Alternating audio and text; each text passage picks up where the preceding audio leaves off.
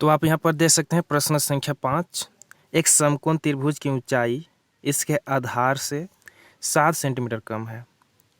यदि कर्ण 13 सेंटीमीटर का हो तो अन्य दो भुजाएं ज्ञात कीजिए। कह रहा है कि अन्य दो भुजाएं ज्ञात कीजिए। तो सबसे पहले हम एक समकोण त्रिभुज बना लेते हैं। तो समकोण त्रिभुज यहाँ पर आपका बन गया। ये समकोण मतलब होता है जिसका कोण 90 डिग्री हो। तो ये आपका 90 डिग्री है। देखिए इसको बोलते हैं आधार, ये आपका आधार हुआ। इसको बोलते हैं कर्ण और इसको बोलते हैं लंब। इसका कोई नाम दे देते हैं PQR।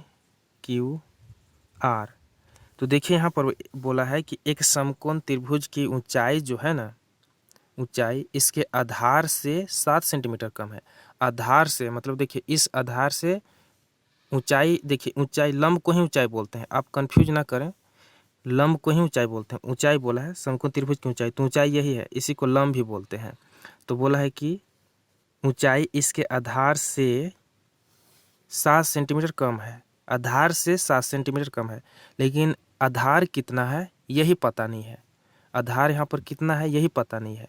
तो आप यहाँ पर मान सकते हैं कि आधार मान लेते हैं यहाँ पर x है। जब हम x मान लेंगे तो इसकी ऊंचाई भी हमें निकल जाएगी। तो हम मान लेते हैं आधार इसकी x है, तो ऊंचाई क्या होगा, बोला है कि 7 सेंटीमीटर कम है, तो हम x में से 7 घटा देते हैं, x माइनस 7। तो ये हो गया हमारा ऊंचाई x माइनस 7 और आधार जो है x है। अब बोला है कर्ण जो है, कर्ण 13 सेंटीमीटर का है। तो ये आपका कर्ण जो है यह 13 सेंटीमीटर है। तो इसी बात को हम यहाँ पे लिखेंगे थ्योरी के रूप में। तो चलिए हम यहाँ पे लिखेंगे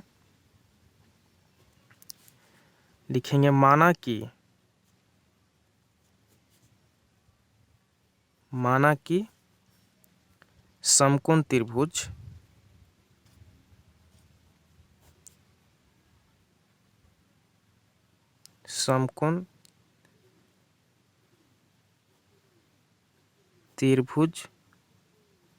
की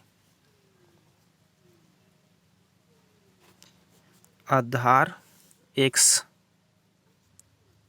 क्योंकि हम यहाँ पे इस x को माने हैं इसलिए लिखेंगे माना कि समकोण त्रिभुज की आधार जो है x सेंटीमीटर है तथा इसकी ऊंचाई या तो लंब, कुछ भी ले सकते हैं दोनों में से, इसकी ऊंचाई तो 7 सेंटीमीटर कम है आधार से। समकोण त्रिभुज की जो ऊंचाई है वो आधार से 7 सेंटीमीटर कम है। तो आधार है x और 7 सेंटीमीटर कम है, तो माइनस कर देंगे। कम मतलब होता है माइनस सेंटीमीटर। तो देख सकते हैं कि आधार क्या है, x सेंटीमीटर है और ऊंचाई x माइनस 7 है। और कर्ण कितना है, और कर्ण जो है वो दिया है हमें कर्ण, तो कर्ण बराबर दिया है 13 सेंटीमीटर। देख सकते हैं यहाँ पर 13 सेंटीमीटर का है कर्ण। तो आगे हम लिखेंगे इसे। यहाँ पर देखिए समकोण त्रिभुज है तो इसे पाइथागोरस प्रमेय द्वारा हमें बनाना होगा। तो यहाँ पर लिखेंगे हम अकॉर्डिंग टू क्वेश्चन के हिसाब से पाइथागोरस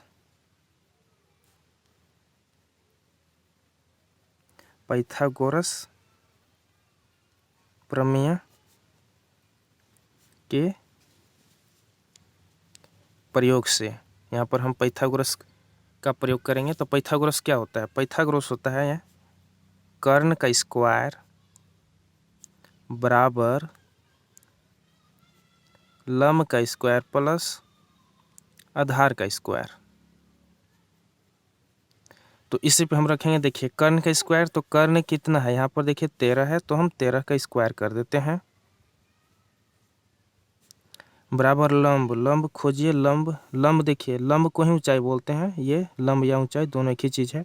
तो हमारा ऊंचाई जो है x माइनस 7 है, तो यहाँ लिखेंगे x माइनस वर्ग है तो वर्ग कर देंगे, प्लस है प्लस आधार। तो आधार देखिए क्या माने हैं, यहाँ भी लिखे हैं x, यहाँ भी माने भी हैं x। तो x का स्क्वायर 13 का, देखिए 13 का वर्ग करेंगे तो हो जाएगा ये 169 हो जाएगा। इसको देखिए a माइनस बी के होल स्क्वायर में अब तोड़ दीजिए। तो a के स्थान में है x और b के स्थान में है 7, तो a स्क्वायर तो हो जाएगा ये आपका x स्क्वायर प्लस 7 के स्क्वायर हो जाएगा प्लस 49 माइनस 2ab होता है, तो 7 दूना 14 हो जाएगा minus 14x plus x square का ये एक्स स्क्वायर रहेगा। अब यहाँ पर 169 देखिए, यहाँ पर एक्स स्क्वायर जोड़ दीजिए तो हो जाएगा 2x square plus 49 minus 14x। अब इसको हम स्टैंडर्ड फॉर्म में इसको अरेंज करेंगे तो हो जाएगा ये आपका 2x स्क्वायर और ये माइनस 14x। अब देखिए 169 में 49 घटा दीजिए तो 100 यहाँ पे आप घटा सकते हैं। 169 में जब आप 49 माइनस करेंगे तो बच जाएगा 0 2 120 बचेगा, तो ये हो जाएगा आपका 120 बराबर 0। तो ये द्विघात समीकरण के रूप में बन गया है। ये यहाँ पर देखिए माइनस 120 कैसे आया, इस 169 को इधर ले आइएगा आप, तो ये प्लस से तो इधर आएगा तो माइनस हो जाएगा। ये 169 को आप इधर लाएंगे ना, यहाँ पे हम थोड़ा सा मिस कर दिया, एक स्टेप हमने यहाँ पर शॉर्ट कर दिया है। तो 169 को आप इधर लाएंगे ना तो माइनस में हो जाएगा, क्योंकि प्लस है तो माइनस में। और ये देखिए, और उसमें से 49 घटा देंगे तो 120 बचेगा। तो चलिए हम इसको अब हल करते हैं। तो यहाँ पर देखिए हम 2 बाहर निकालेंगे कॉमन, तो ये हो जाएगा यहाँ पर एक्स स्क्वायर, ये माइनस ये 7x और ये माइनस हो जाएगा आपका 60 दूना 120 बराबर 0। इससे 2 को इधर ले जाके ख़त्म कर दीजिए तो इधर बचेगा x square minus 7x minus 60 बराबर 0। ये आपका यहाँ पर ये हो गया।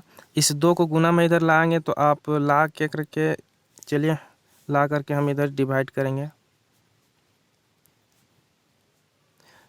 जब 0 को हम डिवाइड करेंगे 2 से तो 0 हो जाएगा। तो आप देखिए यहाँ पर गुणनखंड विधि का प्रयोग करके हम इसका ज्ञात करेंगे। तो गुणनखंड विधि में आपको मालूम ही है कि क्या कहा जाता है।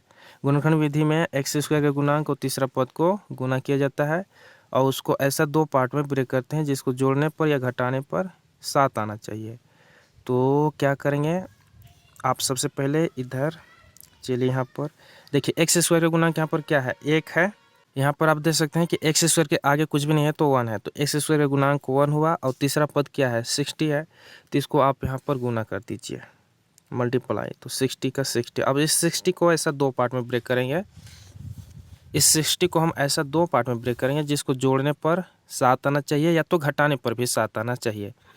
तो चलिए हम 60 को डिवाइड करते हैं। तो 2 से सबसे पहले तो ये 30 हो जाएगा, फिर 2 से तो ये हो जाएगा 15, फिर 3 से 3 25 15। तो ऐसा 2 पार्ट में तो क्या करेंगे, 2 दूना 4 4 तिया 12 12 गुना में 5 तो कितना हो जाएगा 12 25 60 हो जा रहा है, देख सकते हैं। अगर हम 12 में से 5 घटा दे तो कितना बचेगा 7 बचेगा। तो देखिए ये मैच कर रहा है और इसी को हम यहाँ पे अप्लाई करेंगे। तो चलिए हम अप्लाई करेंगे। तो ये एक्स स्क्वायर आपका यहाँ पे रहेगा, माइनस से माइनस रहेगा, एक्स है एक्स भी रहेगा, लेकिन ये 7 नहीं लिखेंगे, 7 के बदले में तो हमें 12 माइनस 5 लिखना है। तो हम यहाँ लिखेंगे 12 माइनस 5 और यह माइनस 60 का 60 बराबर 0। ये एक्स स्क्वायर, अब ब्रैकेट को हम तोड़ेंगे तो ये माइनस हो जाएगा आपका 12x और ये माइनस और माइनस प्लस 5x और ये माइनस 60 का 60 बराबर 0। यहाँ पर आप कॉमन निकाल लें तो यहाँ पे निकलेगा ओनली x, यहाँ बचेगा x माइनस 12, ये प्लस 5 निकालेंगे तो यहाँ पर x बचेगा, ये तो ये हो जाएगा माइनस 5 सॉरी 12 हो जाएगा बराबर 0। 5 यहाँ से कॉमन निकालिए, 60 में से 5 जब निकालेंगे तो 12 बचेगा। देखिए x माइनस 12 x माइनस 12 इन दोनों को कॉमन निकालिए तो x माइनस 12, अब क्या बच गया ये और ये बच गया, तो लिख दीजिए x, ये +5 है, +5 बराबर 0। तो ये आपका हो गया। अब इसको बारी बारी से 0 लेकर हम हल करेंगे। तो चलिए यहाँ पर हम इसे हल कर देते हैं। तो फर्स्ट में हम x - 12 बराबर 0 लेंगे। तो यदि x - 12 बराबर 0 तो x बराबर क्या होगा, ये माइनस है, इधर आएगा तो प्लस हो जाएगा। इसी प्रकार से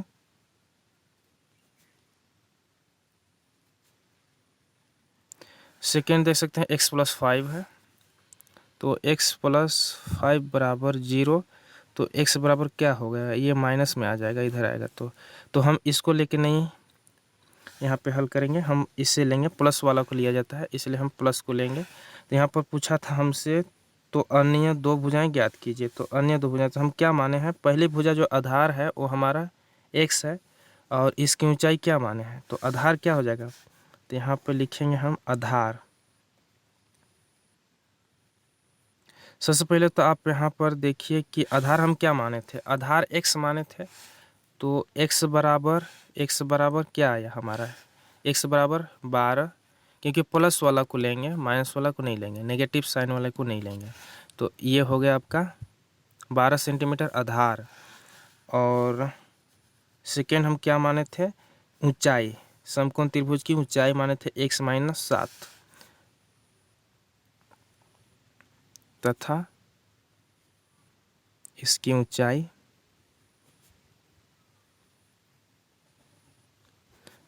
हम माने थे, क्या माने थे, x - 7। तो x क्या आया है, x 12 आया है। तो 12 में से 7 घटा दीजिए तो क्या बचेगा, 5। तो देख सकते हैं आधार जो है 12 सेंटीमीटर है और ऊंचाई जो है 5 सेंटीमीटर है। तो ये आपका आंसर हो गया। आई होप कि ये वीडियो आपको पसंद आया होगा।